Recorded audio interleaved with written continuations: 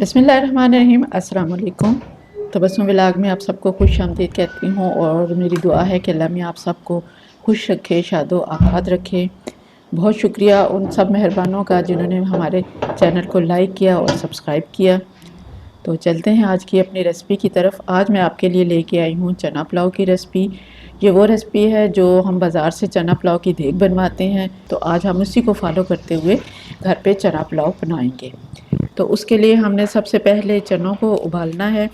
हमने लिए हैं ये तकरीबन 250 ग्राम चने हैं जिनको ओवरनाइट भिगो के रखा हुआ था। तो अब हम इनको पहले प्रेशर कुकर में डाल के उबाल लेते हैं। और साथ हम डालेंगे इसके एक टीस्पून सौंफ और 1 टीस्पून साबुत धनिया। इसको आप इस तरह के शेल है तो उसमें डाल लें या मलमल के कपड़े में बांध के तो वो भी आप चनों में डाल सकते हैं। इससे हमारे चनों का जायका बहुत अच्छा बन जाएगा। 1 टीस्पून हम शामिल करेंगे नमक और अब हम कुकर को कर देंगे बंद 15 मिनट के लिए। 15 मिनट हो गए। अब हम चनों को चेक कर लेते हैं। जी 15 मिनट में हमारे चने बहुत अच्छे से गल के तैयार हो गए हैं। अब मैं शेयर करती हूँ बाकी इंग्रेडिएंट्स जो मैंने रखे हुए हैं। तो सबसे पहले हमने लिया है प्याज एक बड़े साइज़ का और उसको हमने चॉप करके रख लिया है। साथ है आधा कप दही का, सफ़ेद चने हैं, 2 टीस्पून मिक्स अचार का है।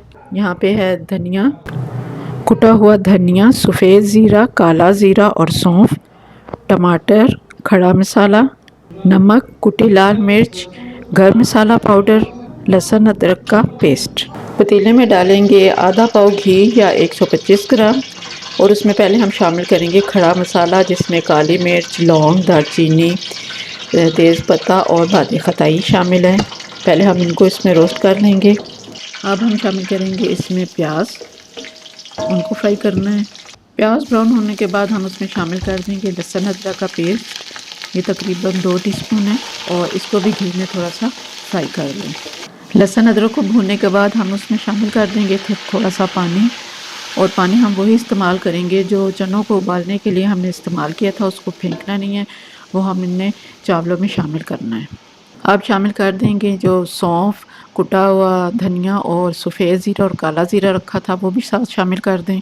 अब जाएगा साथ दही, आधा कप जो हमने दही रखा था वो शामिल कर देंगे और साथ जाएगा नमक, गरम मसाला और कुटी लाल मिर्च। इनको साथ थोड़ा भून लें। सब मसाले को अच्छे से भूनने के बाद इसमें शामिल कर देंगे टमाटर और हरी मिर्च और साथ ही डाल देंगे मिक्स अचार। अब बारी है सफ़ेद चने डालने की, ताकि क्योंकि मसाला हमने अच्छे से भून लिया। अब चनों को भी इसमें डाल के अच्छे से भून लेंगे। चनों को अच्छे से भूनने के बाद हम इसमें शामिल कर देंगे पानी, वही जो हमने चनों को उबालने के लिए इस्तेमाल किया था। और पानी की मिकदार आप अपने चावलों के हिसाब से डालिएगा, जितने आपके चावल जितना पानी लेते हैं। चावल हमने यहाँ पे लिए हैं 750 ग्राम, तकरीबन 3 पाव। तो यहाँ हमने चावल के हिसाब से डबल पानी डाला है। आप अपने चावलों के मुताबिक पानी डाल लें। जब पानी अच्छा गर्म हो जाए तो उसमें जो पहले से भीगे हुए चावल हैं जिनको हमने 15 मिनट पहले भिगो के रख दिया था, तो वो अब गर्म पानी में शामिल कर दें। शुरू में आपने आंच तेज़ रखनी है और पहले आपने चावलों को तेज़ आंच पे उबालना है और जब इनका पानी आधे से ज़्यादा खुश्क हो जाए तो आपने इसको उतार लेना है और इनको आपने दम पे रखना है।